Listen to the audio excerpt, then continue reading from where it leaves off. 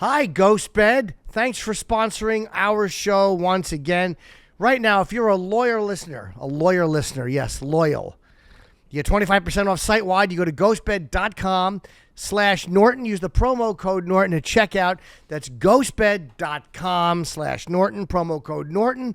Upgrade your sleep with Ghostbed, the makers of the coolest bed in the world. Hey, Jim Norton's on the road again.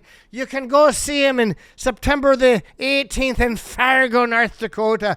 He'll also be in Bakersfield, California, San Diego, California, and he's realizing this accent is bombing, but he's already stuck in it. So now he could take it off, but that's even more embarrassing than just plugging ahead and continuing to bomb. Another unfunny date, September 17, 18, Rochester, New York. I don't know why I'm talking like a Lucky Charms thing. Cut that out. I just cursed. Denver, Colorado, Batavia, Illinois, Portland, Eugene, Oregon, Bend, Oregon, Huntington, New York, Norton, New Jersey, Herman, Maine, Mashantucket, Connecticut, whatever that word is, Boston, Massachusetts, JimNorton.com/tour for dates. This should not motivate anyone to see me.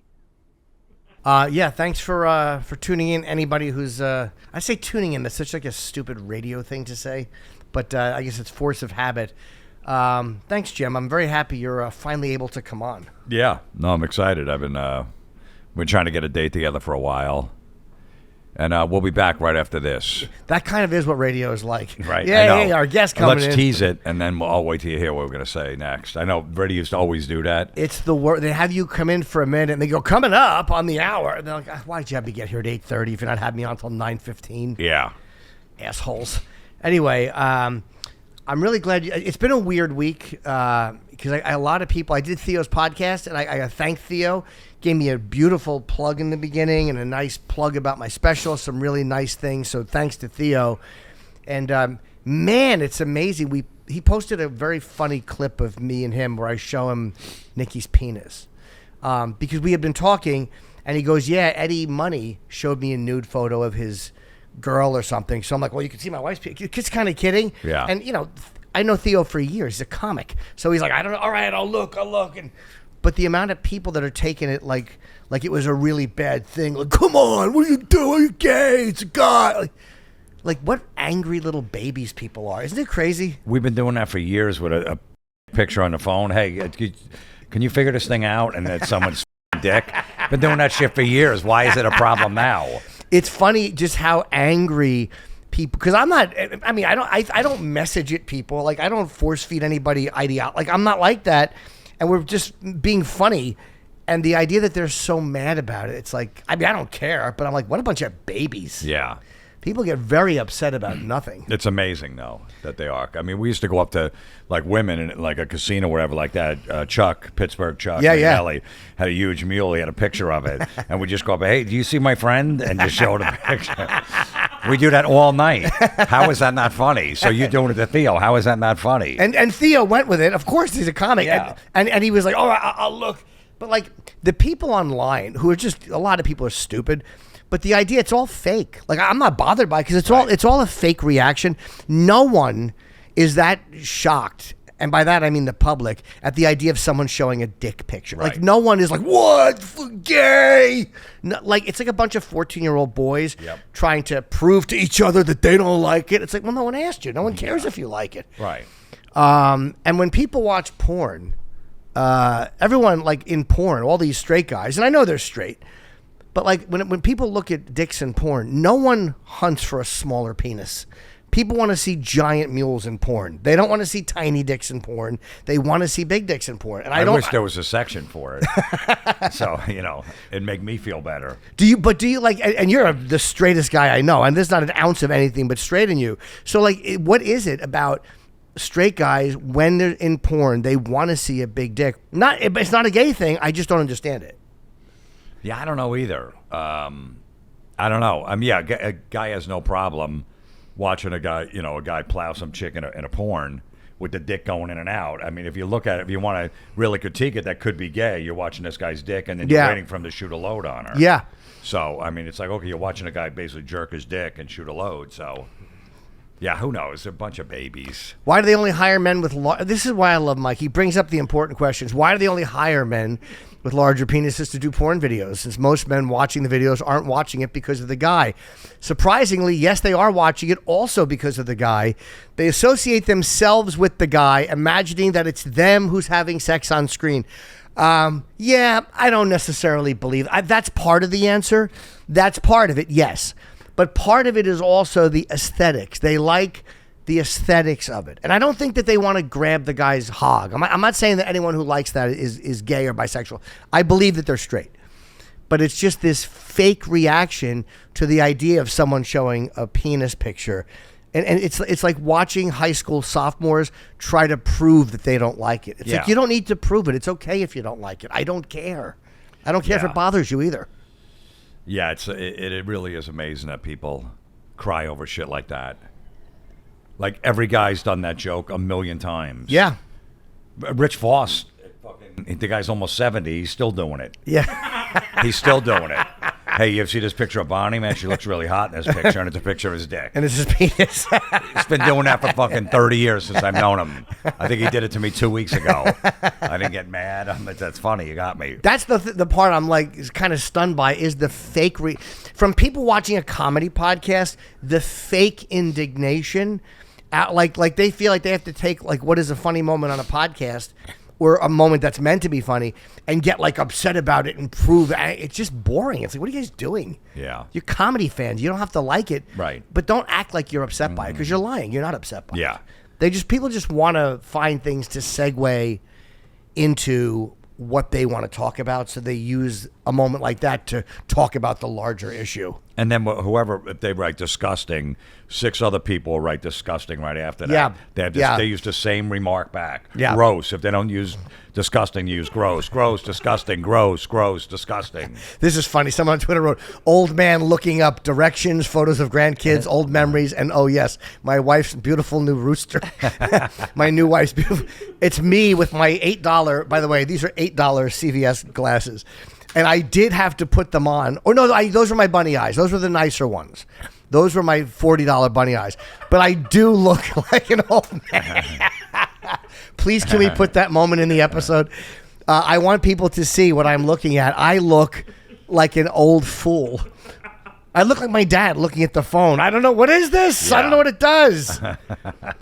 All right, we can come off IG Live. But, this will be up soon.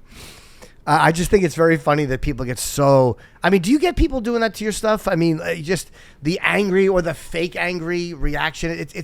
Does it bother you, or do you just kind of like, I usually don't read it. I don't read most comments. I don't even have to see. Do you know I have been... I'm just putting this down. I always delete the... I never put up the lives. I try not to. I actually responded to a few of them because it was so funny. One guy's telling me it was a demon, like... So I kind of enjoyed this one, but I typically don't read them either. I'm like, not because I'm upset by them. I find it boring to just scroll at a bunch of people, most of using fake profile pics. I don't care what they say. Yeah. Yeah, you're always going to get... No, I just don't even look at it because it's like, I don't care what they say. Like, whatever I post, I'm like, I'm not interested in the opinion. Yeah. So, I don't want to... Whether it's good or bad, it's like, it doesn't matter to me. I'm like, whatever. I thought it was funny. I put it out there. Yeah. Whatever. Yeah, and I very rarely do that. Like, I've been responding on my special, thanking people for nice comment, like things like that, because it does, unfortunately, it helps with, like, getting the algorithm to push it, I guess, a little bit of response. But I have no interest. Like, I don't stand outside after a show and go, what'd you think? What'd you think? What'd you think? What'd you think? What'd you think? What'd you think? What'd you think? What'd you think? We know comics that would do that, right? Yes, we did. And by the way, I will say I used to sell merch outside, but it was but that's for not money. Like, what do you think kind of thing. Like, some comics would just stand there, as they're coming out. Hey, do you have a good time? Good, thanks. You had a good time. Just waiting for people to talk to them. They said Norm Macdonald would do that if he had a bad show. Like, if he bombed, he would greet every person, which I think is very fun. I think that's very funny. That's just a great way to make people uncomfortable, because most times they're going to be polite. Like, most people are going to be nice to you on the way out. Have you ever done it where you had a set so bad that you didn't sell merchandise afterwards? You're like, I don't even want to see those people. No. No. I mean, you know how bad a set would have to be? Like, literally, I have to be standing under one of the towers with debris falling, and I'd still try to put up an umbrella and sell something. Very rarely would I not want to sell. And by the time I sold, it was like people knew who I was that were coming to see me. Yeah. So, like, most of the times you weren't going to have a total bomb. It's very rare. Once in a while at the Cellar or the Village Underground, I'll tank. But you know how it is. People know you on the road. You're not bombing anymore. You'll have sets that aren't great. Right. But not like... If you don't like the crowd, sometimes I won't like the crowd. I'm like, I don't even want to see him afterwards. So. Uh-huh. And you and I haven't seen each other since... we've talked, certainly, but we haven't seen each other since England, have we? No. How happy are you that we did that? It was amazing. Imagine if we didn't do it. The guilt. If we didn't go. Or if we didn't get to say hi to Ozzie after. Like, we got to say briefly hello, but you imagine if we'd been like, whatever, next time. Like, at least we stopped and we said hello. We had a great show. Thank you. I never thought that would happen. There was a VIP party afterwards for people that bought a VIP ticket could go to this in a tent backstage. Yeah. So it wasn't like exclusive to just bands. And then we hear a rumor, Ozzie's coming with his family to the VIP party after he just did 2 sets. Yeah. First time he's been on stage in 7 years. I'm like, there's no way he's coming. Yeah, I didn't think he was going to come either. Yeah, I go, we might as well just hang and see because, it's going to take forever to get out of the stadium with all the traffic and that was you, by the way, saying let's hang. That was you. Yeah, let's just hang just in case because we're going to wait for an hour for an Uber. And then all of a sudden he comes wheeled in with his family. Yeah. And we got to say hello to him real quick. It was, and then right after that, they kind of broke it up because Kelly got engaged. That was when Kelly was, got engaged officially in front of everybody, which was nice. It's just great though that Sid Wilson, he's the the DJ in Slipknot, is pouring his heart out of about wanting to marry Kelly, and Ozzie just interrupts his whole speech. You ain't marrying my fucking daughter. It killed. Yeah, I know. Dude, did that get a mess? It was amazing. Parkinson's, literally 2 weeks away from dying, and still had fucking comic timing. Right. Still hilarious. Perfect timing. Perfect timing. And I'm so happy we did that, man. You're right. The regret we would have had if we had been like, nah, I don't feel like going. Imagine that. Like, I'm so glad we did it. Yeah, because we weren't sure, that Ozzie was going to make it. Nobody was sure.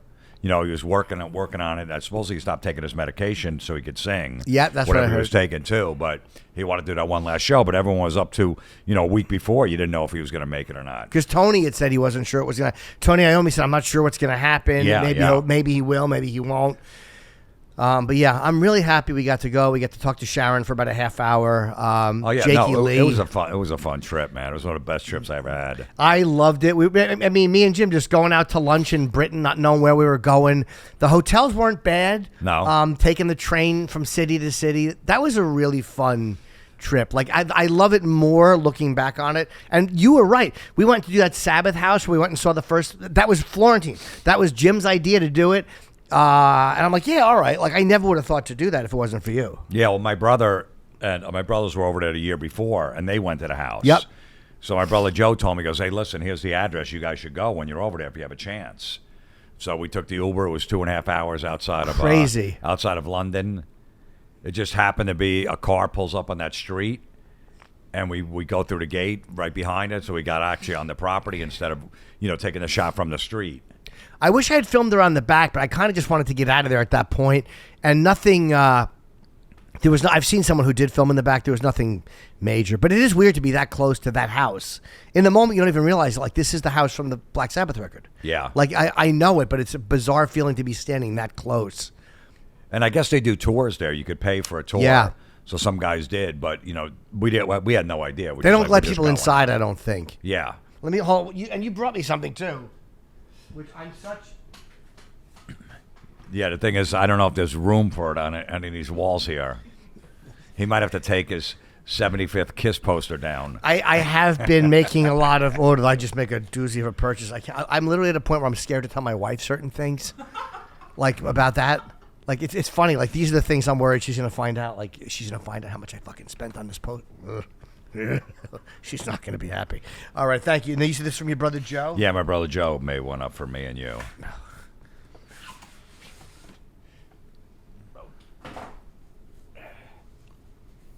That's awesome. Oh, that's great, man. Yeah, he just took the cover and then he put the picture of us in there. That's really nice. Yeah, it's me and can you see that? Yeah. Me and Jim in front of the house. That's really nice. Thanks, Joe. Very, very nice. I like that frame, too. Yeah. Oh, it's actually glass. Oh, look at us. Two little sweeties in front of the house. No, it's funny because the feedback, everyone's like, you were like two children there on that property. We were. We were so excited. I mean, this has been going on since 1990. Yeah. We've been excited over this shit. Yeah, I mean, and Jim and I have talked about our origin story before, but I mean, I met Jim before I did stand-up. I was at a show that you were emceeing. I used to go with my buddy Tyler, and we would watch comedians.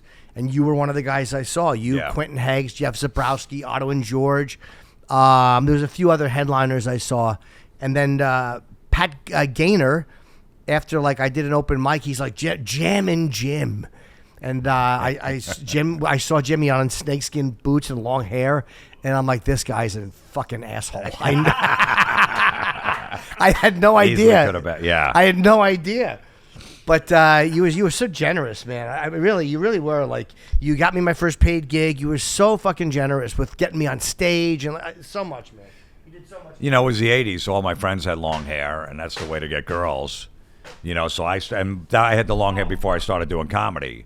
And then when I started doing comedy, I had a DJ name. You have to have a DJ name. So I was DJing in a club and on radio and stuff like that. So I just like, I'll just keep that.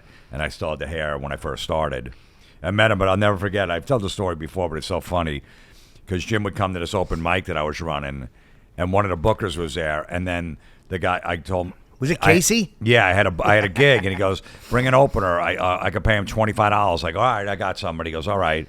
And then I show up, and he sees you, and he pulls me aside. He goes, come here. And he goes, I'm not putting that Nazi on stage. He talks about fucking his grandmother in church. He's not going on my stage. I go, no, he'll calm down. He won't be there. No. I'm like, come on. I go, he'll be fine. I'll talk to him. He won't do that joke. Yeah. And then the guy wound up loving him after that. But he said, I'm not putting that Nazi on stage. He does a joke about fucking his grandmother in church. Never forget that. Casey Martin, and it was Coast to Coast Productions. Yeah. I still have a picture. I wish I had saved the check, but back then I wanted the money. It was Coast to Coast Productions. It was it had like the little laugh cry thing. It's like the tattoo Nick DiPaolo has. Yeah, like the clown, the sad, the happy masks or whatever it is. But it's crazy being here all these years. Like later, 35 years later. Yeah, it really is. No, it was great to go over there. And then, like I said, that's how we bonded over our love for Ozzie and Dice. Yeah. And, just that we got to see his last show, and then 17 days later he dies. It's which he always said about his dad. You know, his dad, Ozzie's dad, retired at 60, and 5 days later he dropped dead. And he's like, he had nothing. He ran out of stuff to do. He wasn't busy. He goes, I never want to be like that. And then 17 days later. He had a weird... I was supposed to be... When I found out, I got a text from Patton Oswalt. He just sent me a nice text. He goes, hey, man, I'm so sorry. I know that everybody's probably hitting you up. I'm just really sorry to hear. And the second I read that, I just knew. I'm like, what else? I immediately knew this is what it was.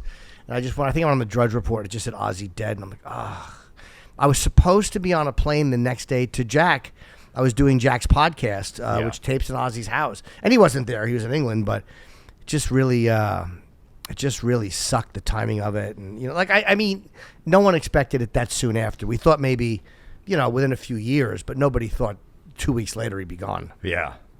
No, I remember being in Ozzie's house because Jack used to have a variety show. I forgot what it was on back in the day. And I was on it, and they filmed some of it at Ozzie's house. Yeah. The one in Malibu on the beach. And he had a whole refrigerator of Red Bulls. Yeah. And then I was in the bathroom, and I saw those towels, S-O and O-O on them. I'm like, man, should I take one of these little towels? I know. I really was thinking about it. I go, I can't do that. What am I doing? What am I thinking? No, I can't. You can't. But I know what you mean. Like, it would just be, who would you show it to? You'd feel every time you looked at it, you'd be like, they trusted me in their house, and I fucking. And then I went upstairs a couple levels, and he had his little reading room, like in the middle of the stairs, like those old school, because that's where he used to always just read books and stuff like that. It was cool. I'm like, I can't believe I'm in Ozzie's house. I know it was. It's a very bizarre feeling the first time you're there. You're like, holy fuck, this is. And it's just a regular house, and you realize that Sharon, that's British money. Like, they're British people have a lot of money. Like, he doesn't live like a lunatic. Like, he lives like an upper class gentleman. Yeah. It was a gentleman's house. Those were upper echelon, very wealthy people. People think it's gonna be all like demonic symbolism, and it's not. It's just old expensive couches. I love that Jack Osbourne came back at Roger Waters. I do too. I do too. What a douchebag Roger Waters is. Like, you don't have to like the music, and Pink Floyd was great. Like, but what do you think you're doing art and Sabbath is doing paint by numbers? Bullshit. Yeah. What a baby. And it was just great that Jack said, my dad always said you were a cunt, and you just proved yourself right, which is just a total slam on him. And he's 100% right, because it was a douchebag thing to say right after unless you had an issue with him and hated him. But if like you guys didn't have any problem, you don't have to be fake about it, but don't be an asshole. Like, you know that he's loved by so many people. But again, Roger Waters is kind of a douchebag. Like, you look at like people who know him, people like, I think Dave Gilmour and him don't get along. I think most people who know Roger, he's just a pontificating asshole who thinks he's a genius. Yep. But he's been responsible for great music. But it's like, you're not the social genius that you think you are. You're not leading a revolution. He's a douchebag. He's a douche. I do like Dave Gilmour though. Him I'd like to meet.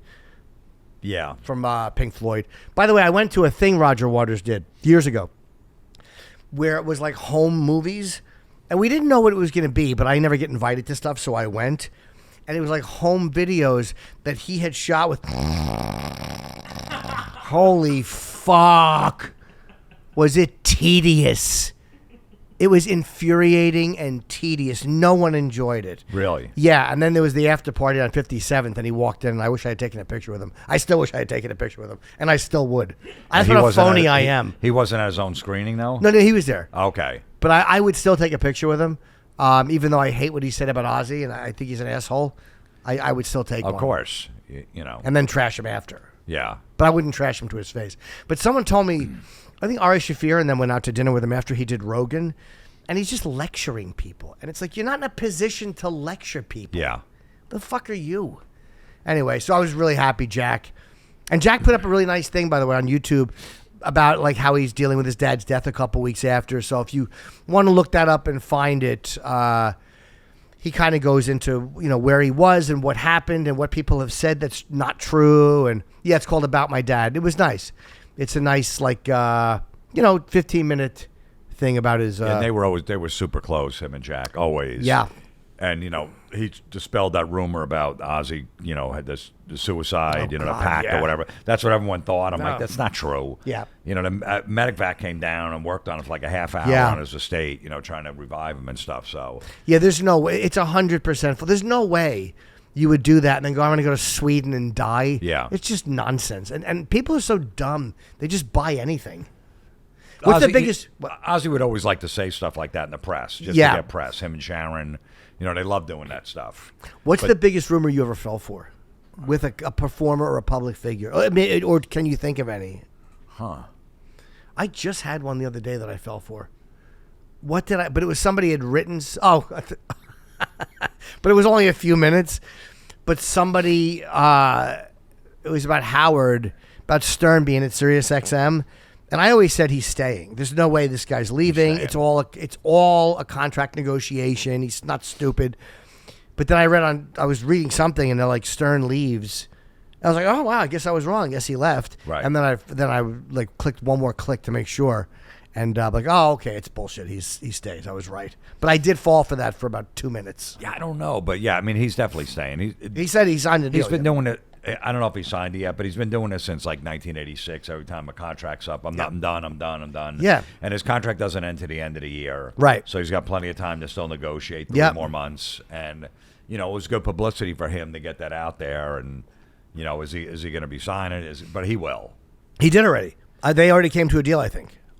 See, that was, I don't know.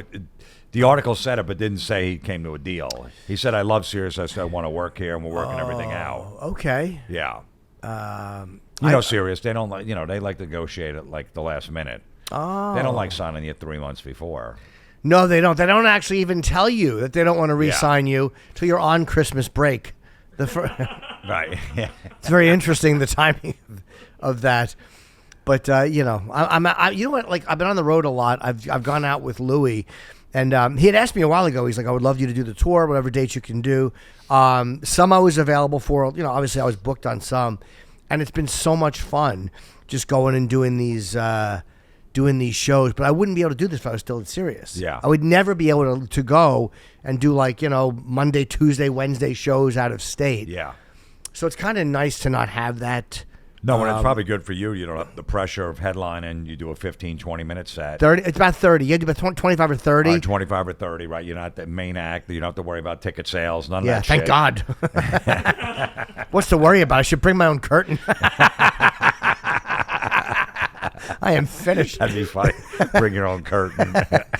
But I wound up, and I was like sandwiching my own gigs around it when I could. Like I'll do this gig and then I'll meet him in Minneapolis, or which is kind of fun because then you get to go out and do your own thing. And I stayed down south recently and did like 4 nights on my own, and doing the hour myself was invaluable. Like just talking slow, getting back. Like you go through shit and it's just like it's not working anymore, and you're like, why is this not working? Absolutely. I'm rushing through it. Yeah. By the way, if anybody calls in, if they want to, is there anybody on? Okay, don't put your headphones on though, James. I forget sometimes that we should do a call. Hold on. Okay. Listen, picking out a mattress blind, it's like letting me diagnose your sleep problems. It's not going to end well. Best to go to the experts like Ghostbed. Oh, this is how finished I am. I thought it would be funny to put this hat on. No one's laughing. No one thinks, hey, Ghostbed with the funny hat. All I'm doing now is ruining Ghostbed's reputation. Family-owned business. We have one in the other room, this Ghostbed. It's very comfortable. It's cooling. Family business, 20 years mattress. It's all great stuff. But all I care about is how comfortable it is, and it's very comfortable. Now, you're going to need a recommendation. Ghostbed.com/Norton to take their new and improved mattress quiz. Now, I know nobody likes a test. Faster, smarter. It actually gives you a recommendation. Why not just put the hat there that you can trust? Plus, the quiz is now made to be taken with your partner. Oh, that's great. Honey, get in here. Let's take a mattress quiz. Well, when should we do this? On New Year's Eve, Ghostbed? What a fun night out. Oh, the little lady's birthday is coming up. What do you have planned? We're doing the mattress quiz. Ooh! But anyway, you have to if you want to sleep properly.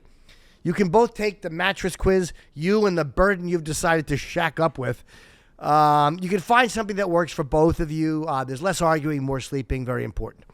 Every Ghostbed mattress is designed with the cooling features that I talk about a lot because nobody wants to wake up and sweaty at 3 o'clock in the morning, stuck to the sheets. It sucks. They're made with high-quality materials. They're built to last, and all that, the price is up to 50% less to comparable brands. I don't know why I rushed through that. 50% less than comparable brands. I'm just thinking of us taking the mattress quiz together. Even though we already have a mattress, maybe we should get another one just so we can retake the quiz. That's when we knew when we were in love. Come on, babe, let's take the quiz. Oh, I'd love to.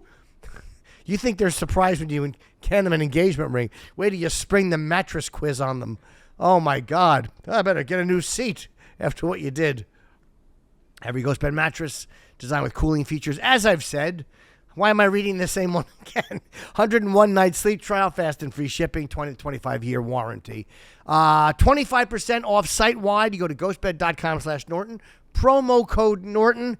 Ghostbed.com/Norton. Promo code Norton. Upgrade your sleep with Ghostbed. We have one. It is fantastic. I have Ghostbed pillow. I have Ghostbed sheets. It's a great product, and I honestly am happy that they're on board this podcast. They are the makers of the coolest beds in the world. Great news. DraftKings Casino has your playbook for gaming action all season long. Play thousands of popular slots for a shot at jackpots. Over $400 million has already been awarded. New players get 500 spins on Huff and More Puff over 10 days. Download the app, use the code Norton, and claim your spins after your first $5 wager. Get in the game with DraftKings Casino, home of the largest jackpot win in online casino history. The crown is yours. Gambling problem? Call 1-800-GAMBLER. In Connecticut, help is available. For problem gambling, call 888-789-7777, or you go to ccpg.org. Please play responsibly. 21 plus, physically present in Connecticut, Michigan, New Jersey, Pennsylvania, West Virginia only. Void in Ontario. Eligibility restrictions apply. New customers only.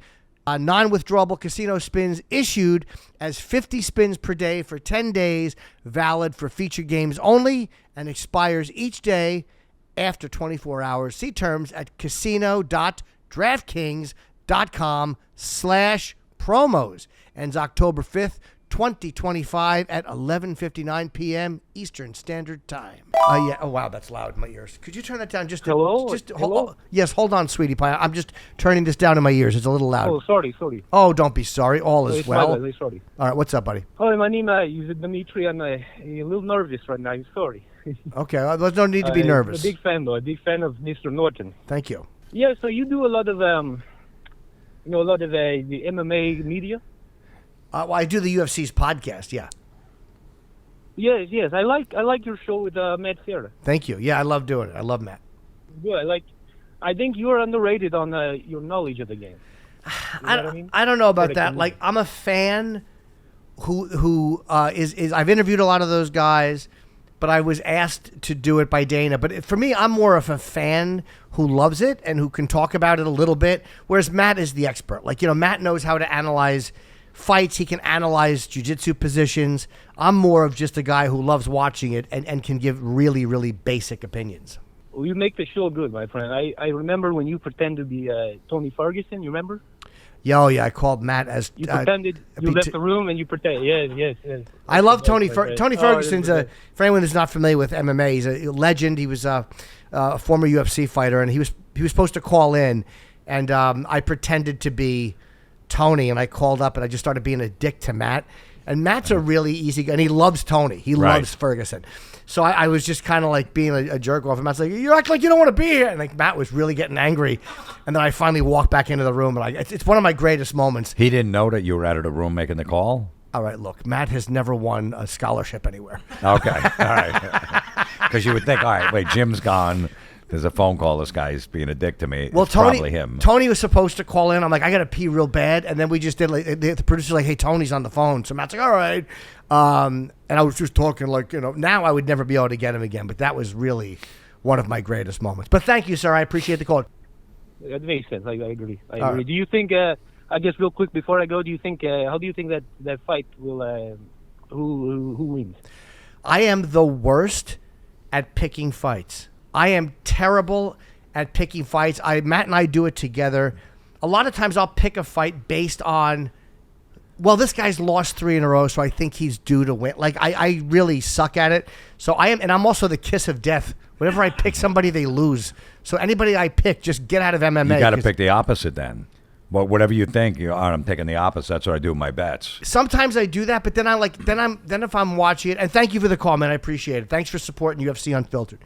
A lot of times I'll pick, and I won't pick the main event because I want to enjoy the main event, and I don't want to think about my pick. Like, I don't want to think like, oh, I picked against him, so I get madder if he wins. I don't want to have that pressure. All right, thank you, sir. Yeah, do another one, sure. Hey, Jim, big fan. Thank you. So I have a quick question. I've been dealing with this for the last couple of months. Me and my wife have been separated for the last 6 months. Okay. And in the meantime, I kind of found another girl. So I'm kind of in love with 2 women, and I don't know what to do about it. Because I could see a path where my wife could, reconciliation. But then I also don't want to leave this other girl on. So I don't know. What are your thoughts? Jim, I'm sure you've dealt with this. Yeah. What, do you guys have kids together, you and your wife? Yes, we do have kids, and that's probably a big reason for us maybe even getting back is just for the family. Yeah, and the new one, is nice, and it's, the newness of it is great. But eventually she's going to start showing her faults. Well, here's the important question. Who has better tits? Honestly, this other girl, she's younger. She's like a newer model almost, Of course. I totally get it. Yeah. Well, I would say this. Call a lawyer immediately. Start fucking the younger one. Does your wife know about the other one? I think she has an idea.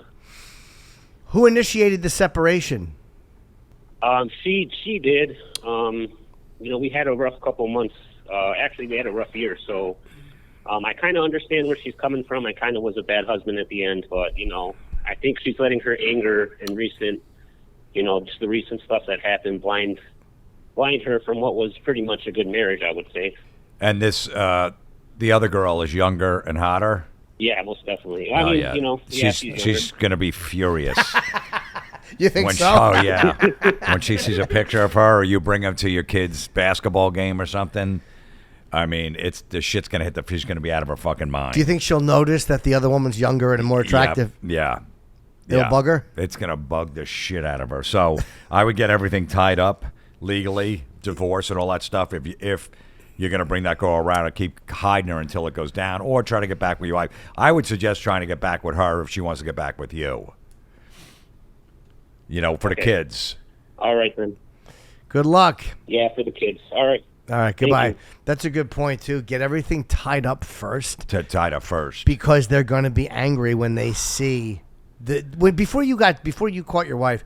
was there any were things going bad? Like, were you like, yeah, this feels weird, or it's kind of falling apart? Because usually things start off great, and then the cracks start to show. No, not at all. Everything was great. Yeah. Wow. Okay. So it was just somebody else doing what they do had nothing to do with you. Yeah. So no, it was going great, but it's different. Like you probably should stay together with the kid, but when there's some trust issues and shit goes down, I'm like, I can't worry about what my wife's going to be doing the rest of my life when I'm not home. 100%. I can't have that on my mind. So that's the advantage of marrying a complete shut-in.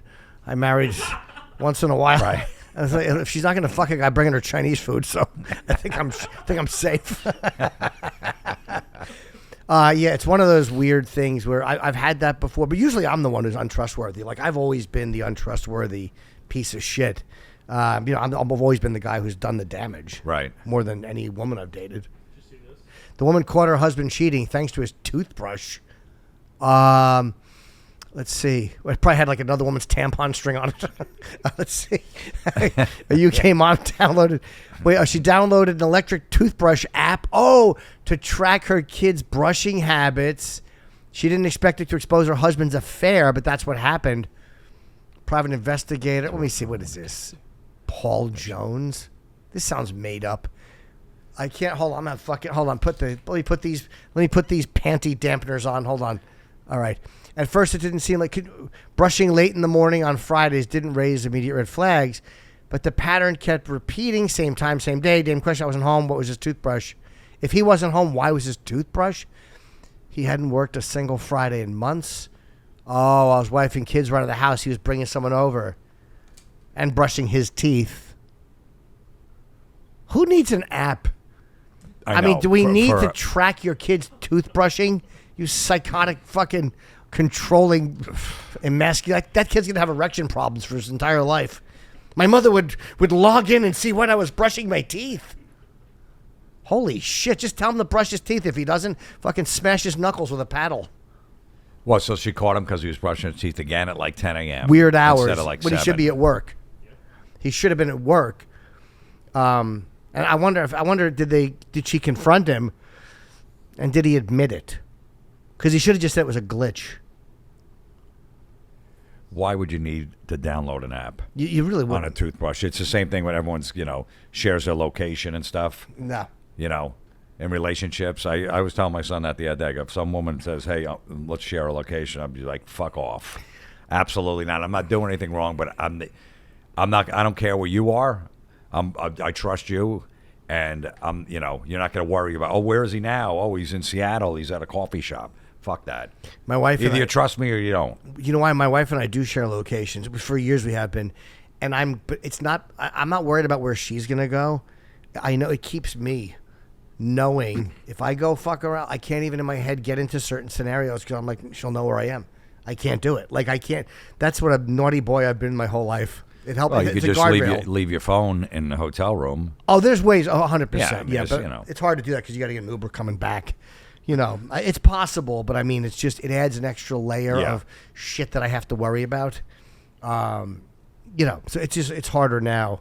I've gotten caught years ago anyway. Have you been caught cheating? No. Never. No, I mean, when I was younger, I cheated, but I didn't cheat for like the last, past like 25. when I was just the dumb kid or whatever. But no, I never got caught. Oh, okay, yeah. I would get, my one was a great snoop. She figured everything out. She would like count condoms. And I told her like, no, I've had those. And she actually looked up the lot number that was on the thing and went to CVS. I forget how she did it, but she fucking nailed me. And I'm like, I'm like, I just put them on to masturbate, to practice. I was just. There was one less one in there? Or two, which is so odd. 'Cause I always shy away from those stupid things. I probably just took them off and just pretended to have one ready and didn't use it. There was this one comedian told a story that he was sleeping and his wife found a condom in his jacket. He wore a sports jacket on stage, and she wakes him up almost like the Goodfellas scene with like a gun screaming at him. What is this? What is this? Right in his face out of a dead sleep. He goes, honey, relax. He goes, when's the last time you seen my comedy set? She goes, I don't know. What does that have to do with anything? He goes, I'm doing a whole new bit now where I pull a condom out and I read the back about the instructions on how to put it on. Who doesn't know it? It's a new bit I'm doing. So I carry one in my bag. Out of a dead sleep, he came up with that. I go, you're a fucking legend. A legend to come up with that quick. It is. And diffuse the whole situation. It really is. He wasn't brilliant. doing a bit about it or nothing. I didn't think of that. I was just like, they're old. Yeah. Not thinking she actually look up where they were manufactured. That's a great lie, though. That's a great last minute. I know who the guy is, too. Or if she found Magnum, she's like, well, obviously they're not yours. Yeah, whose are they? Yeah, he's cheating with Jim's wife. Are you going to go see, because now, they're still talking about the couple that got caught on the Coldplay cam. I don't know why people want to see their lives ruined. Like, I bet you if they had not played, if they had just been like, hey, I wonder if that would have went viral. Like, if they were just a couple who didn't hide and act like they shouldn't be doing it, but if he had just taken his arms from around her and they had both just waved at the camera, like, would anybody have cared? It might have just gone away for people in that room that night, and nobody would have thought to post it. Yeah, probably not, but it's just, first of all, why is it such a story? It was for like 2 straight weeks. You don't even know these people. I know. And just, I divorced her just because she was at a Coldplay concert. I mean, how boring that is. But I guess supposedly like they were already separated or something like that. That's her boss. She's HR. I know. That's another thing that was attractive, because there's this need for people to track down and find out who they are. And I don't understand. I guess Carlin had a joke years ago where, like, you ever notice when someone's going really slow in front of you on the road, you just have to go around because you just have to see what the fuck they look like. And it was such a true thing. Like, there's something about knowing who a person is. Right. I don't know why we have that instinct, but, like, you want to know. Like the Philadelphia Karen who took the baseball, or that Polish CEO who stole the kid's hat. I don't understand the obsession with ruining their lives, though. It's just embarrassing. Yeah. First of all, that husband should have never gave it a ball. That guy's a fucking pussy for just going, no, I got the ball. That's at a baseball game, whoever gets it, gets it. You don't rip it out of shit. He didn't rip it out of her hand. It was rolling around. He got it, and he walked away, and he gave it to his kid. He is responding. I mean, his hands shake. That's really... I've never seen this. I didn't either. Oh, my God. He just shakes in his...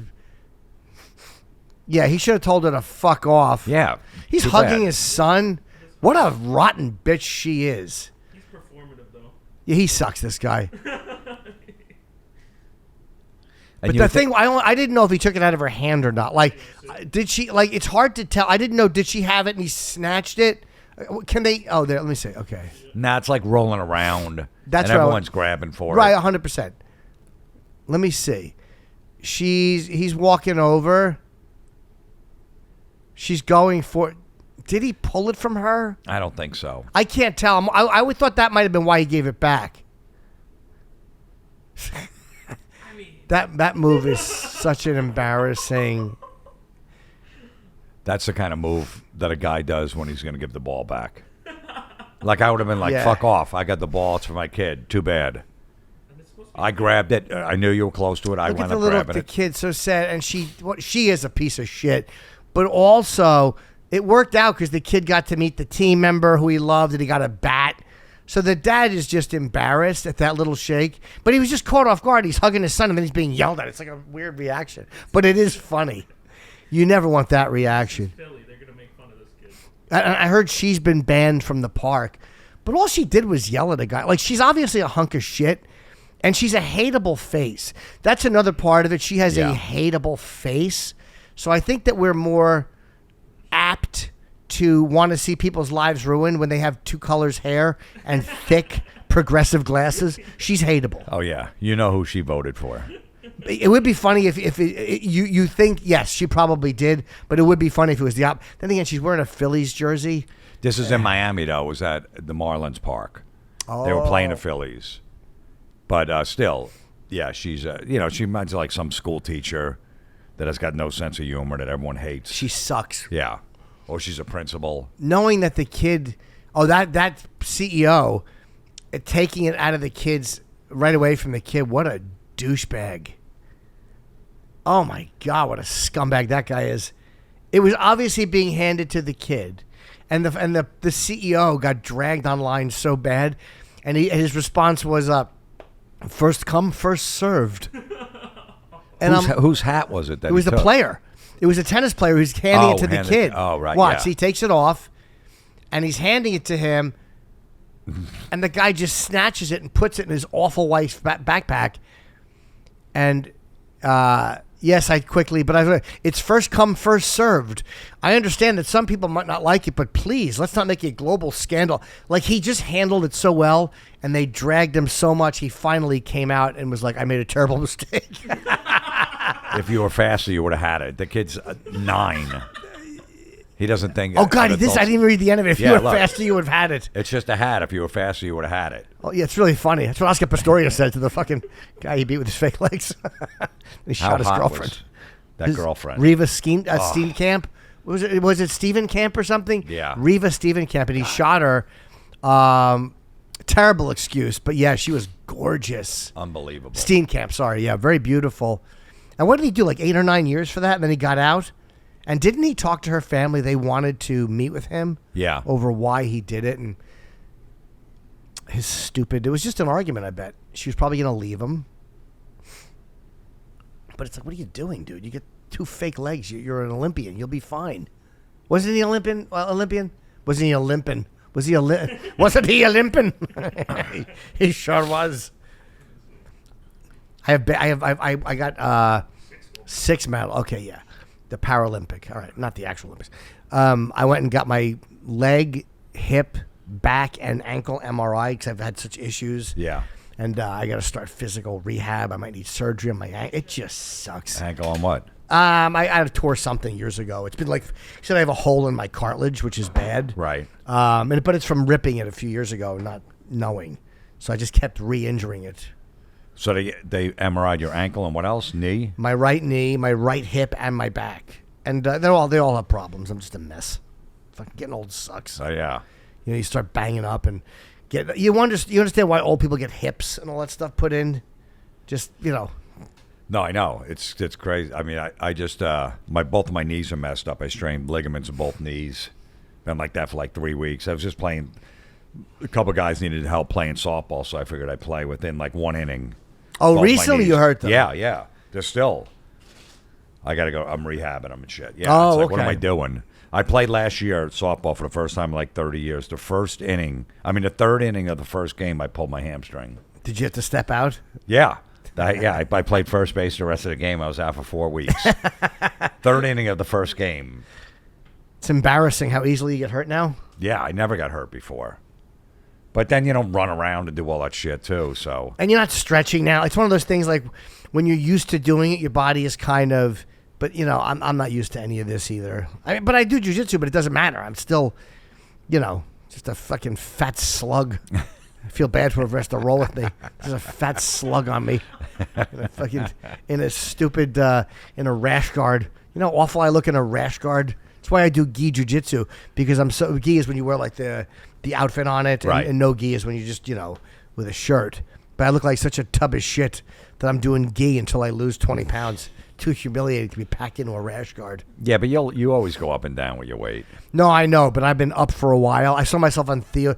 I saw a photo someone took, and I'm like, I was on stage in like North Carolina or wherever, and I'm like, what a pig. What an ugly, fat pig. And my wife is so sick of hearing it. But last time I'm getting ready to go out, and I'm just in front of the mirror, and I'm like, oh, God, you fat pig. And I didn't know she heard me from the other room, and she goes, you're really fun to be married to. But I can't help it. I'm just disgusted. I mean, this has been going, I've known him for what, since 1990, so 35 years. Like 2 years in the comedy, I remember him telling this comedian, Dan Wilson, I'm on nothing. Look, I'm just fat. I got fucking tits and like that. And I remember him going, Jim, the best advice, just don't look in the mirror. That's what I do. I remember that. He goes, just don't look in the mirror. Dan Wilson's a funny guy from Long Island. I remember he used to do that midget The thing. midget, it's the funniest. And he pulls out with a giant dollar and holds it. And he has the face. And then his closing bit about being in a dentist's office. Guy, Dan Wilson's a funny dude. Yeah. If anybody could see Dan Wilson, I haven't seen him in many years because he's headlining, so I don't bump into him. But man, is he a funny guy? There's a lot of funny guys in Long Island. You know, half of them have moved to Florida. Yeah. Yeah, there he is. Really, really funny. Vic DiBitetto is another one I love so much. For anyone, he does a thing called Ticked Off Vic. But we've known Vic for, again, close to 30 years. And man, is he a killer. It's amazing how Vic was kicking around for probably 30 years doing comedy. He was headlining when we first started. Yep. And then, like, in his mid-50s, he makes a bread and milk video.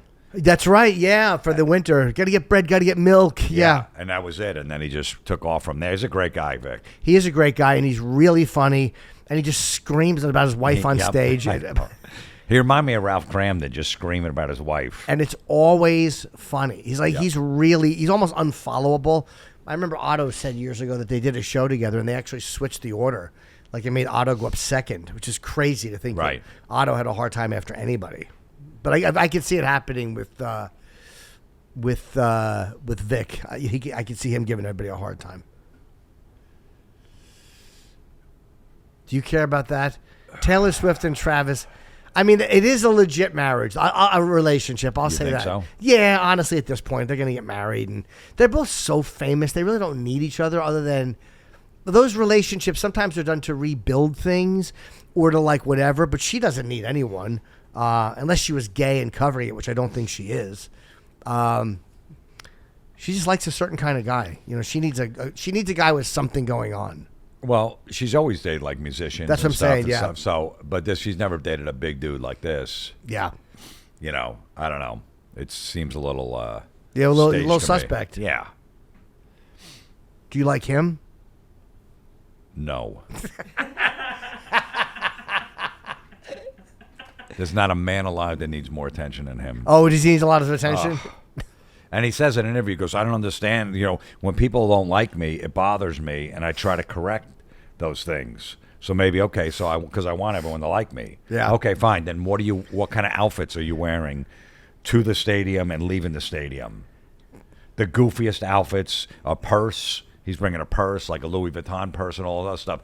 And you don't understand why football fans might not like you? Do you think that's done? You don't think that's just genuine? You think he does that for attention? Look at some of the outfits he wears. Yeah, I don't understand fashion. Like I really obviously look. So that yellow one right there. He'll come to the stadium. It's a yellow suit. It's kind of a little bit. I mean, I want to drink his suit. And then it's a Louis Vuitton bag. Yeah, it's a little. He's got the sunglass, the hat. It's every look. I would never really notice like that. It wouldn't bother me, but I wouldn't think, wow, that's cool either. I don't understand fashion. I mean, I'm saying that because again, maybe because I have side fat, so I won't wear anything but black for now. Yeah. But that fucking Theo shoots his podcast from the floor level. Hey, how about you come up a little bit, Theo, on your fatter guests? Well, Gutfeld does that too. Oh my God! Sit all the way back in that chair and stuff too. How many times I get yelled at for white socks and a suit? I don't care.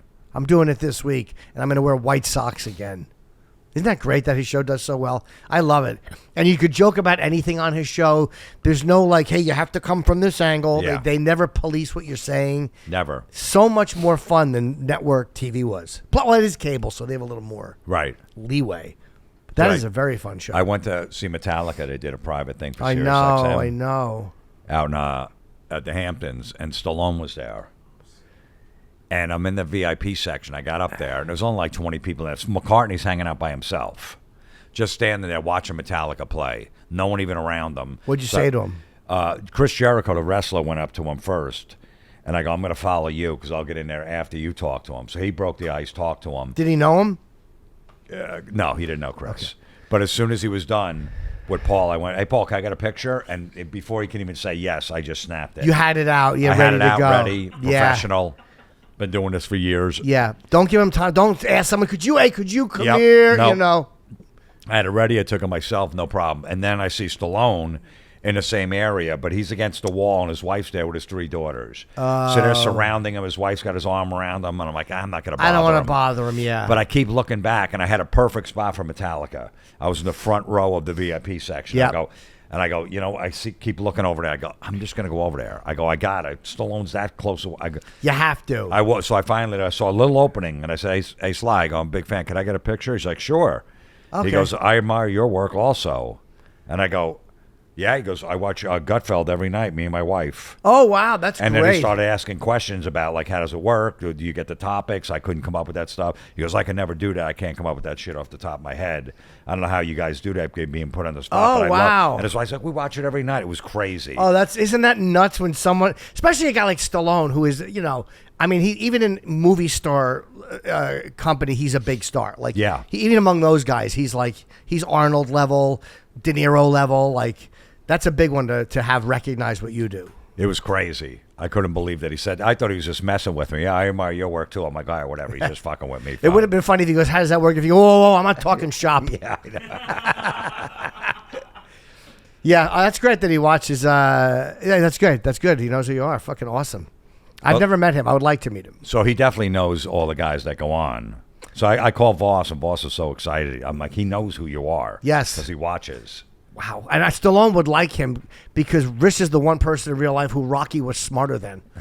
But look at these outfits he wears to the games. Look at this. Yeah, the jacket's a little much. Look at this one over here. Maybe he just likes it. All the red. He can't. You don't think that? You think that's for attention? I don't know. You tell me. When a comedian wears like a goofy suit. Remember we first started, like comics who wear like a really loud or a real loud jacket. Steve Martin said that he used to wear like crazy outfits, and what he was doing on stage didn't work as well. And when he put on just a white suit, it just worked. Like there was something that clicked visually, and the craziness of what is pretty much just a normal suit worked. But a crazy outfit with what he was. With his crazy act, just didn't. It seemed too over the top. But the white suit, he said, was like cemented things. Do you think they're the biggest sellouts in football? Do I think who's the biggest sellouts in football? The Kelce brothers. The biggest sellouts? Yeah. Well, yeah, I mean, he knows. Like, I mean, that whole family, the whole Kelce family, is just basically riding Taylor Swift's wave. The Jason's wife's got a podcast. Jason's doing all this stuff, and it's all because Travis started dating her. Taylor, yeah. Travis Kelce's at another level. He was still famous at the time, but weren't they doing a podcast before though? Him and his brother. They were, but it wasn't that popular. Oh. It was just like 2 guys talking football or whatever about life. But once he started dating her, and Travis Kelce said that who was he? He saw somebody on a sign, The Rock in Hollywood. He told his agent, "I want to be bigger than him." So that explains him in a nutshell with the outfits. Let me date the most famous girl in the world. Okay, I'll marry. He doesn't care. He used to just date like these ghetto black chicks. He never dated skinny white women. Everybody's got a type. Yeah. You know what I mean? And all of a sudden, come on. But I admire the balls of wanting to be bigger than The Rock. Like if I saw The Rock, I would just go like, I'm a nothing, and I want a picture with him. That's all I want. I just want a picture with The Rock. Yeah. But I don't know. Maybe he does look at it that way. He just wants to be the most famous guy. The problem is, if he breaks up, if it doesn't work out and it's his fault, he's gonna get fucking murdered by all of our fans and shit. So he's got to watch it. Like he can never get a blowjob in a fucking Vegas club. Oh, because they'll turn on him. Yeah, anybody, and any woman's gonna run to the press in a second. Knows about this relationship, so he's got to watch himself. He has to behave, yeah. But maybe when you're dating the biggest female star on earth, maybe you're like, you know what, I've done it. I mean, if regular guys... Would you think that way? For someone like her, I might. Like, my porn searches would be abysmal. But I might be on my best behavior for a while. But I don't know, it's hard, man. It's hard. It's hard to be a good boy. That's what I'm saying. Especially when you're on his level. Right. Did you ever see The Rock did something for Chip that time? When I did that Chip live thing, The Rock sent in a video. He did? I had written to him and asked him. And he's a nice guy, yeah. I guess I interviewed him on UFC, and he was familiar with me. We don't know each other. But he did a Chip video. It was great. He's just a great guy. I wish I knew him. I don't know him. I've never met him in person. But the fact that he did a Chip video made me very happy. He's a nice guy. Is there going to be a Chip reunion? Is he going to bring him back? I don't know. People ask me, but then they're the same people who complain about the podcast when I do it. Like, they just bitch about it. So, like, why would I? I get sick of hearing it. Bring Chip back. And then I do it. They're like, your guests suck. I'm like, what do you want? Right. Hire me a booker then, stupid. You know, Chip had fun talking to girls and porn girls who would say things that Chip could riff on. I'm sorry. What do you want? Yeah. What do you want? It's not Meet the Press. It's not Chip Rose. Right. It's going to be tough to get really like big stars to Chippy do Rose, the Chip podcast. Yeah. Why do you think you do that? Yeah, nobody wants to hear that. Just an idiot. And Zia did a good job as a host. She got implants. Did you see her implants? Who? Zia. Yeah, I did. They look good. Yeah. They look good. That's maybe in casual, but they do look. Very nice. Yeah, sometimes implants can really look strange, but on her they look very good. Yeah. She wears little pigtails. What a good egg Zia is. Yeah. Yeah, it's XIA. But she got her breasts done. I don't think she needed to, but she did. What are you looking up? You're hitting it, and it's just pulling up all these weird... Oh, Zia implants are a thing. They're a spinal fixation. Oh, that's so funny. What an unsexy thing that is to Google. Zia implants, and you expect big fat breasts to come up, and it's a spinal implant. That's the name of the episode, Zia implants. That's a Zia XIA implant. What a bizarre thing that is. What are they? I guess if you have a spine problem, it's a spinal fixation device manufactured by Stryker for stabilizing the spine during fusion procedures. You might need that for your back. My back's not that bad. I could use it for my dick, definitely. But yeah, for my back is actually... Did Rudy get that? He broke his back. He broke his... Wait, recently with the car accident? You might be right. I don't know what happened to him. I know he had a car accident and Trump's giving him a medal. You might be right. He was helping some woman who was running from a domestic violence. His vehicle was struck from behind. He was hospitalized, fractured thoracic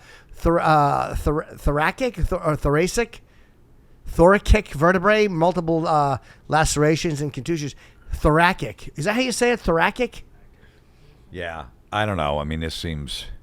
he helped someone with a domestic violence incident on the side of the road. Then he gets back in the car. Then he gets hit. Seems a little, I don't know. Yeah, it might be something. Yeah. Now, are you going down a little bit of a, not rabbit hole, but are you getting more conspiracy-oriented? Yeah, I mean, Giuliani's name is shit right now. It's bad, he was a legend in New York for a long time. Yeah. So, and he's got all these lawsuits and this and that. He's still got some shit going on and all that. So, yeah, it seems like it might be. All right. Hey, feel bad for me. Now, are there any, have you ever, because are there conspiracies that you believe or... I don't think we've ever talked about that. Are there any, like, I'm not saying 9/11 or the moon landing or any of them or Kennedy, or are there any that you've kind of went down like a bit of a YouTube thing? You went, yeah, maybe. I always thought UFOs, there's no way. Everybody's stupid. There's absolutely no UFOs. They would have landed. They would have done something. But over the last, 3 or 4 years, I believe in them now. Oh, you do? Okay. Never did. When you see the footage and see all that stuff. Yeah. People filming, everyone's got a phone out, filming this stuff and stuff, without a doubt. Maybe, yeah. I want to believe, but I can't at this point that because there's a guy I follow he's a buzzkill. His name is Mick West. Oh, what a party ruiner! Because he's so meticulous. He goes over all these videos and he debunks them, but he does it like really. There's no emotion involved. I'm sure he has emotion, but I've never seen it. Right. But he just kind of goes through every single mathematical thing, what planes were in the area at the time. Look up Mick West. He really is a day ruiner if you believe in UFO. I love this guy because he debunks things the way I would need them. Like, I wish that people who are showing UFO footage had the thoroughness this guy does in ripping them apart. So he doesn't believe in them. I don't know if he believes that they exist, but he analyzes videos and tells you what they most likely are. Like, you know, the gimbal one, the three naval ones where they said that the thing was turning. Yeah. He's analyzed that one, and he showed you how it's probably a plane. The whole, that one across the ocean, and he's telling you that it was probably just a bird. But he goes through why he thinks the way he thinks. And, man, it's convincing. I wish he's wrong. Like, I hate that he ruins everything. But he's right, I think. But I want to believe. I would like, that's one I hope you're right about that. Like, I hope the government's just sitting on something big. You would think that someone would say something, though, at some point that used to work for the government that's 90 years old. Well, you ever see Bob Lazar, who I think is completely full of shit? He's that guy who claimed to work in the 80s. He came out and did some local news interview saying he had worked at Area 51 and that he had seen alien bodies and that they had 9 UFOs. He's like an amateur physicist, but he's a really brilliant guy. He's a very smart dude. Yeah. But I almost think that he stole someone's story. It reminds me of, like, I almost think that he heard something from someone he knew because he did have a gig at Area 51, but he didn't do what he said he did. And I really think he took someone's story. But I think he's totally full of shit. And I think he lied in the 80s, not realizing the internet was on the way. Like, I think a lot of people said things in the 80s that they didn't realize was going to show up for the rest of their life. Like, I don't think he planned on this being his entire life. That was the guy that was on Rogan talking about Bob it, Lazar, right? yeah, him and Jeremy Corbell, who I think I think he's sincere, but I just think he's wrong. I don't think he's a bad guy. I think that he really just wants to believe. Because I've seen him take things that Mick West has clearly debunked and still acted like they were legit. I hope these guys are all right, though. This is one I want to be wrong about so bad. I want to be wrong about UFOs. But they're all these bullshit, stupid. I mean, come on. The camera equipment we have now, with iPhones now, are all 4K, and everything is just like this right, shit. blurry. Black It's it's like a white. bed bug. It's like an aerial view of a bed bug. But he'll show things, and they look like UFOs, but then you're like, oh, that is a Mylar balloon. It looks like a Mylar balloon when you see how he breaks it down and then superimposes one.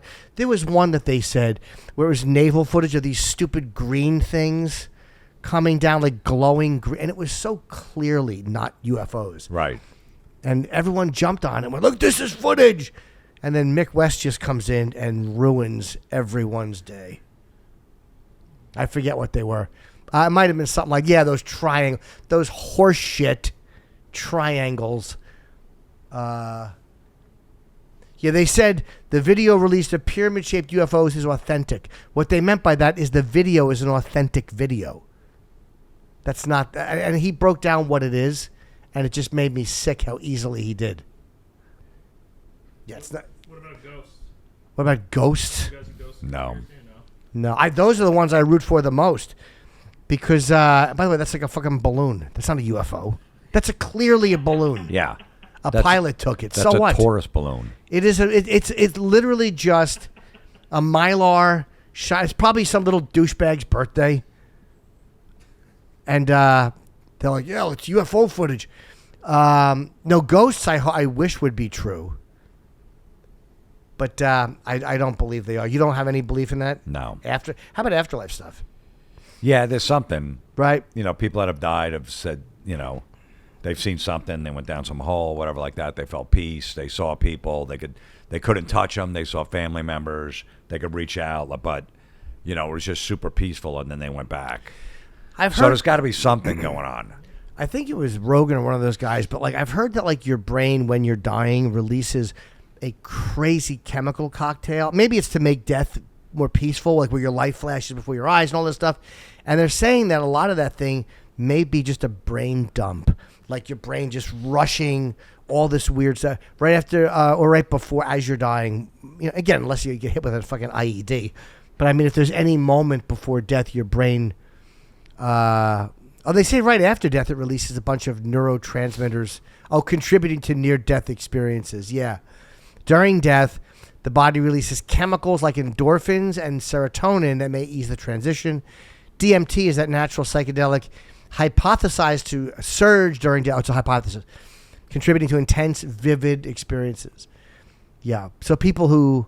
I'll believe it when someone knows something about a person in another state that they weren't meant to know.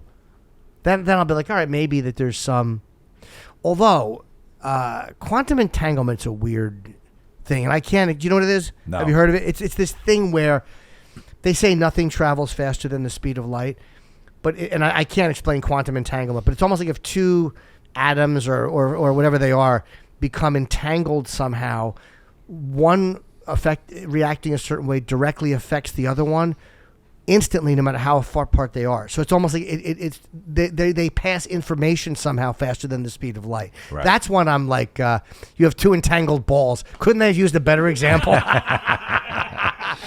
Let's say you have two entangled balls and you're in the emergency room, fucking chewing on your wallet so you don't bite your tongue off. Each in its own box.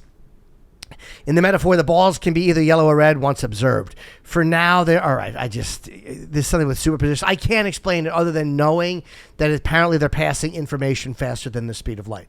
I don't.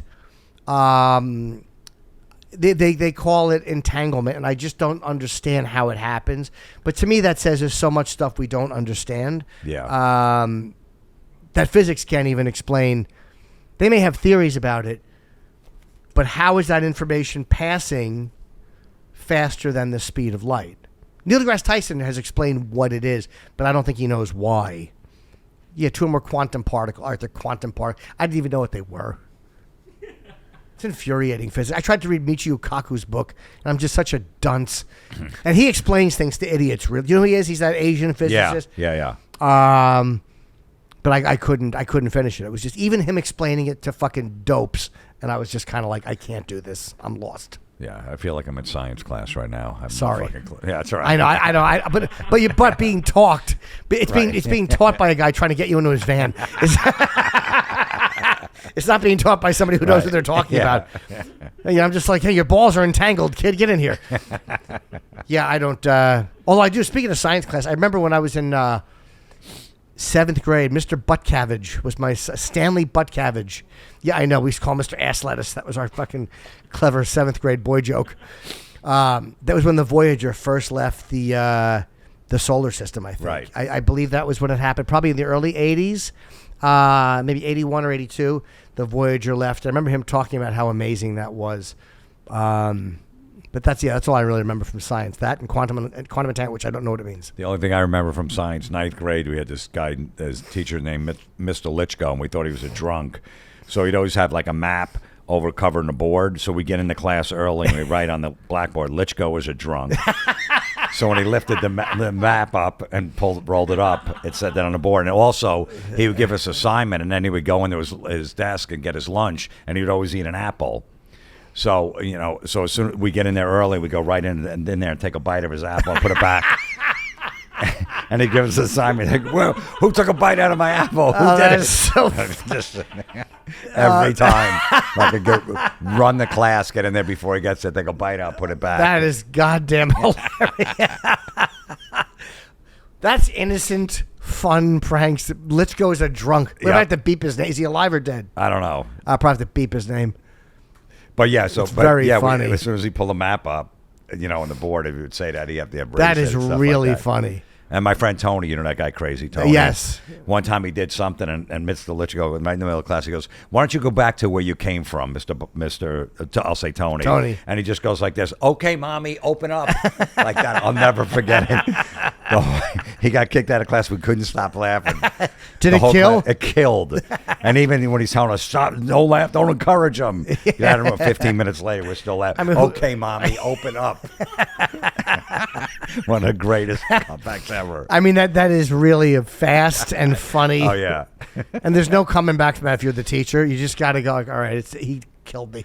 We're just a menace. Like, we had shop class, and for some reason, he hid the pliers because we'd work on stuff or whatever like that, and he hid them, and we couldn't work for like a month until someone brought back the pliers, and he hid them like behind something. Who, Tony? Yeah, for no reason. But the teacher wouldn't just bring new pliers? No, he's like, this came from this class, so we're just going to sit here, and you're not doing any work. Because shop class was like, it was kind of cool. fun, right? Yeah. Yeah, we couldn't do anything for a month because he hid the pliers. I'm like, why? He's like, I don't know. Did he finally confess? No, he never did. After a month, he let us start working again. Oh, he did. Okay. And then we took the pliers home. He knew where they were. They were behind like some refrigerator or something like that. Did you ever make? I remember we made in woodshop. We would make like something with our mom, a gift for our mom. It was always some shit ashtray or a bowl that it looks like something fucking Neanderthal made. Just a scratchy, awful, impractical bowl. It was like a contact lens. It wasn't like that deep. It was just kind of like that. So if you poured more than 2 drops in, it would fucking spill out the sides. Shit bowl. And the guy the woodshop teacher, got in trouble because he was like at a teacher's party, and they said he was like dropping a drug into another teacher's drink or something. Really? And someone spotted it and actually knocked the drink over to prevent them from drinking it. And another one of my teachers who we used to always speculate fuck students. Finally, years later, he got fired because he would always come in. He was a black guy. So his coke on his mustache would be very apparent. And he's a former Golden Gloves boxer.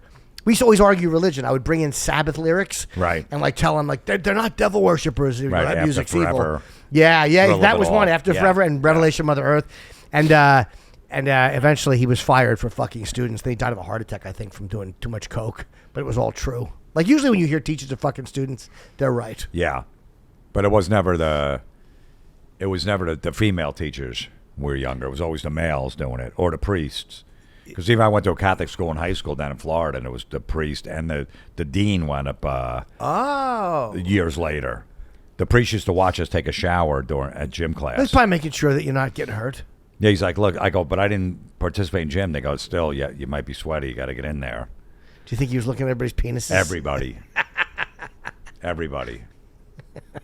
But he didn't come near me. I was packing like an inch, and there was a couple black dudes in there. He wanted nothing to do with me. You were just kind of like, you just push aside, like, no, you're good. You don't have to shower. He's like, I don't want. What am I going to do with that? Yeah. Thank God. So you fucking grateful for having a small penis? Yeah, it worked. He wanted him and the dean. And the dean, one time, I got caught smoking on campus, and he brought me in his office, and I had to pull my pants down, my tighty whities, and bend me over the desk, and he paddled my ass like 10 times. That was the punishment. So what did you do? I started smoking again the next day. I did it right in his face. I lit another one off his face. We literally clunked heads reaching for that one. I know. You start smoking, I start smoking. I mean, I don't think I never got spanked in school. We didn't have any of that corporal, but a Catholic school I know is way different than I would get smacked in the face in elementary school and stuff, yeah. But it didn't, you're pretty normal. Like, it didn't make you hate women or any of that shit. No, it's just, it was just being a dick. I remember the teacher in like 5th grade, why didn't you do your homework? I didn't feel like it. So can you come up here and tell me that? I go, yeah. So I go up there because I didn't feel like it. Just come a little closer. I go, I don't want to do it because I didn't feel like it. She just smacked me right in the face. Isn't it crazy? And I told my parents, like, well, you deserved it. Why would you say that? Why would you be fresh? Yeah. Why would you be fresh? Now, with you have a son, do you worry about, like, obviously you tell him, like, don't go with strangers, keep away from creeps.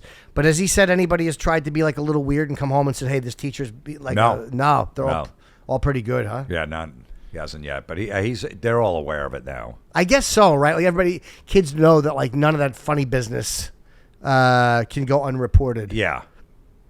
I mean, it's some hot teachers, so who knows what's going to happen. Isn't it crazy how good-looking these teachers are, the ones that are fucking their students? Like, they're 8s. They were never, they were always, all my teachers were at least 50. Yeah. At least. I used to masturbate to a social studies teacher who had a giant, like, mole on her face. Might have been a 3. We all talked about how she looked like a horse, but she had a big fat ass, like, packed into Dockers. Yeah. That's what she would wear, like, those fucking awful slacks. Yeah. Ugh. I mean, I whacked off to the worst. They were all monsters, my teachers, and I came to all of them. And it's funny how they're hot and they're fucking stupid. I just don't understand the confidence you have to pull off fucking a teacher. Like, you need to be a very confident young man to pull that off. I think they do all the work. You think the teachers do? Yeah, they lure them in and do all that. Yeah. Even her with her prison, even the Omaha substitute teacher caught in the car with what gets it undressed. With undressed student, like, they're just banging these kids in the car. Like, what? Yeah, well, they can't go anywhere else. I guess not. They can't bring them home. They're usually married too. They're usually married, so they can't go back home. They can't go to the kid's house, so they do it in the car. God, I wish that happened to me when I was young. That one, go back. That one was like Chip. Well, hopefully we show these people so people can see what we're talking about. But go back one click, Mike. You see this is the one who would like me. Go down a little bit. No, can you go back? Oh, there you go. Keep going down. There's the one. Yeah, fucking, I'm gonna suck your pecker. That would be the one who liked me. Oh, god damn it!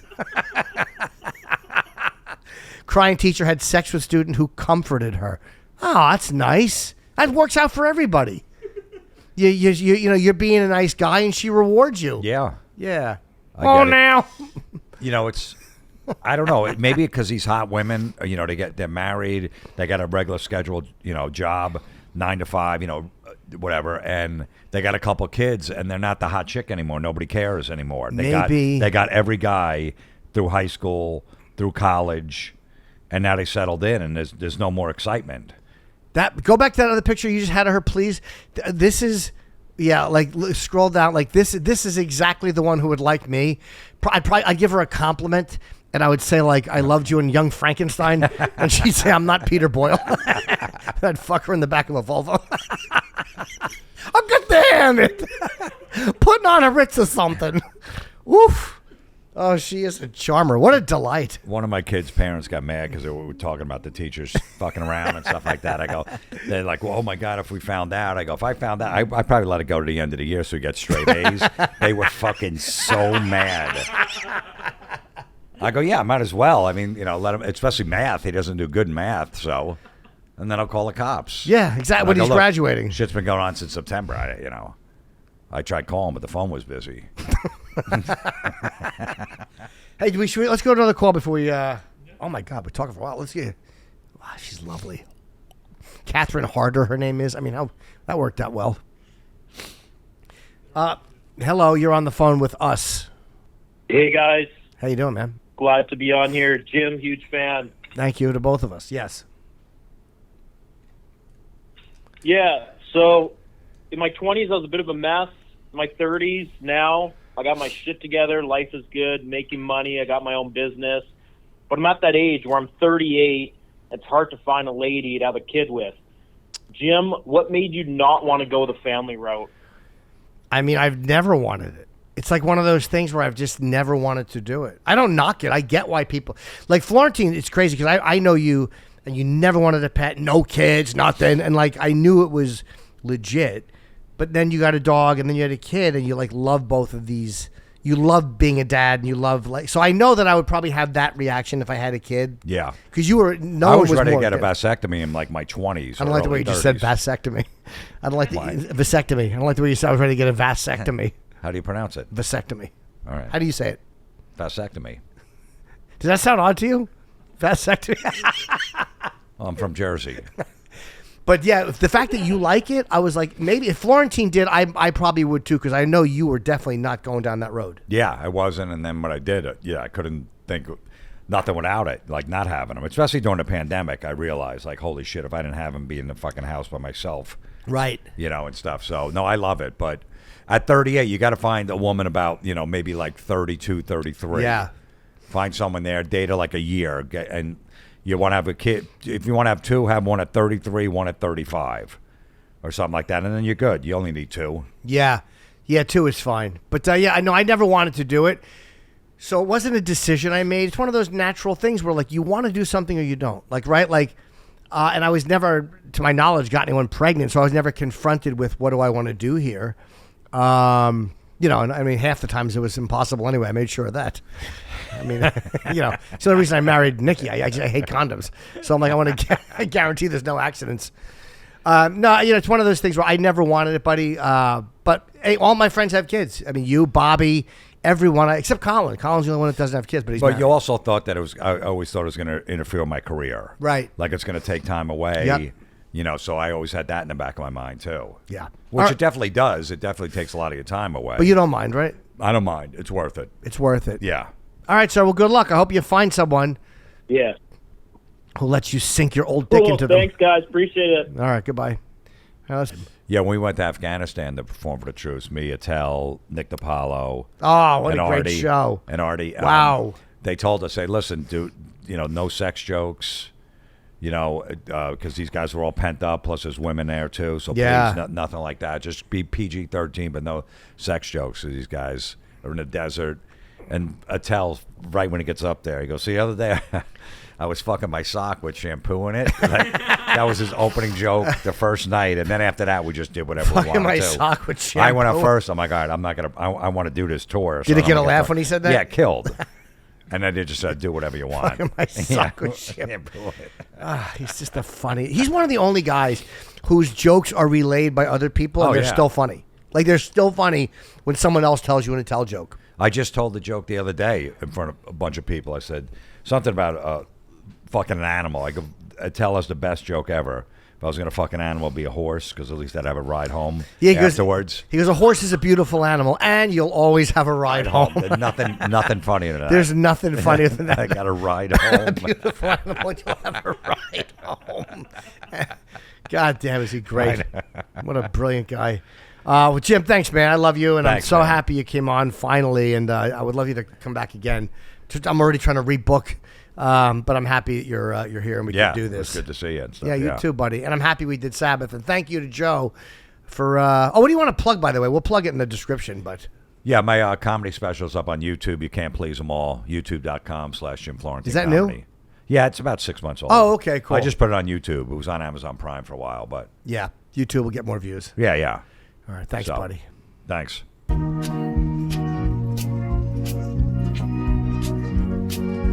Thank you so much for calling my show. The episode's over, it's time to go. Good luck, stupid. Good luck, stupid. I hope everything works out. Good luck, stupid. Good luck, stupid. Don't blame me when it doesn't work out. Good luck, stupid. Good luck, stupid. Don't blame me when it doesn't work out.